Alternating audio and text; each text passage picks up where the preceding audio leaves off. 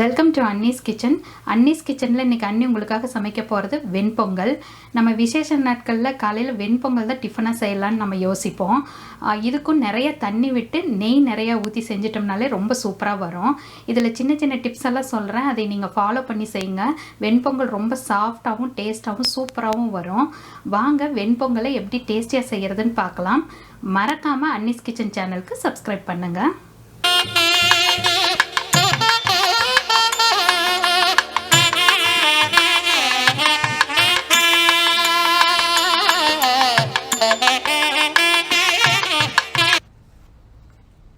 வெண்பொங்கல் செய்யறதுக்கு 1 கப்பு பச்சரிசி எடுத்துக்கலாம். 1 கப் ரைஸ்க்கு 1/2 கப் பாசிப்பருப்பு, அதையும் போட்டுக்கலாம். இது ரெண்டையும் நல்லா வாஷ் பண்ணி எடுத்துகிட்டு வந்துடலாம். இப்போ அரிசியும் பருப்பையும் வாஷ் பண்ணிட்டு வந்தாச்சு. இதை ஒரு குக்கரில் போட்டுக்கலாம்.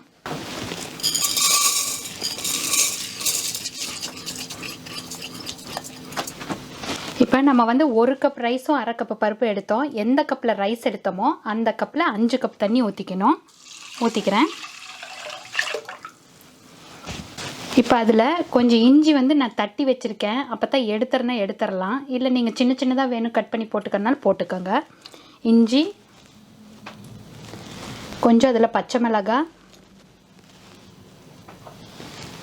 கொஞ்சம், துளி பட்டர் போட்டுக்கோங்க. அப்போ தான் நல்லா சாஃப்டாக வரும்.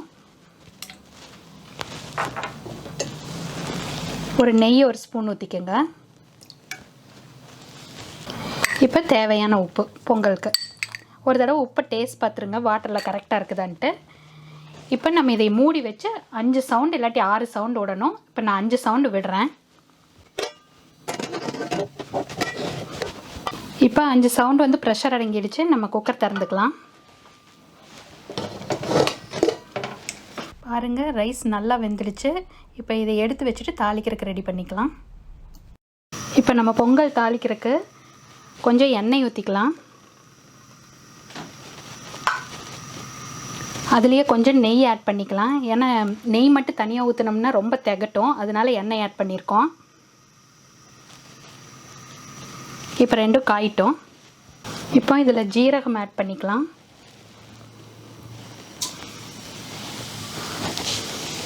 அடுத்து முழு மிளகு, கொஞ்சம் முந்திரி, இதெல்லாம் கொஞ்சம் செவக்கட்டும். முந்திரி கொஞ்சம் செவக்கட்டும்.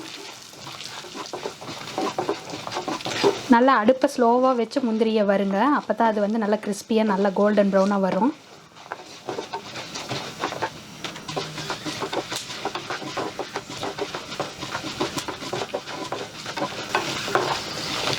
பாருங்கள், முந்திரி நல்லா செவந்துருச்சு. இப்போ கருவேப்பிலை தழை ஆட் பண்ணிக்கலாம். கருவேப்பிலை தழை ஆட் பண்ணோம்னா வெளியெல்லாம் தெரிக்கும், அதனால ஆட் பண்ண உடனே ஒரு மூடி போட்டுக்கலாம்.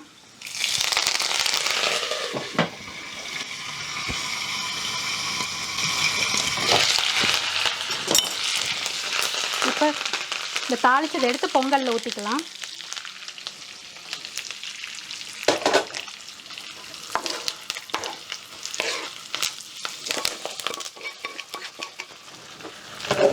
இதெல்லாம் நல்லா ஒரு மிக்ஸ் பண்ணிக்கலாம்.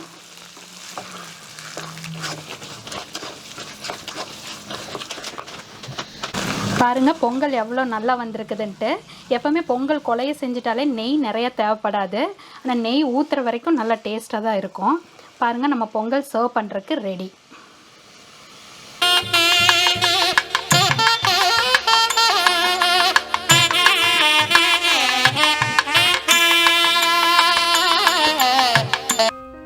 இதை செஞ்சு பார்த்துட்டு எப்படி இருந்ததுன்னு கமெண்ட்டில் சொல்லுங்கள்.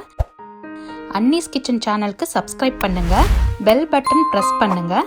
பெல் பட்டன் ப்ரெஸ் பண்ணிங்கன்னா நான் போடுற வீடியோஸ் உங்களுக்கு நோட்டிஃபிகேஷன்ஸில் வரும்.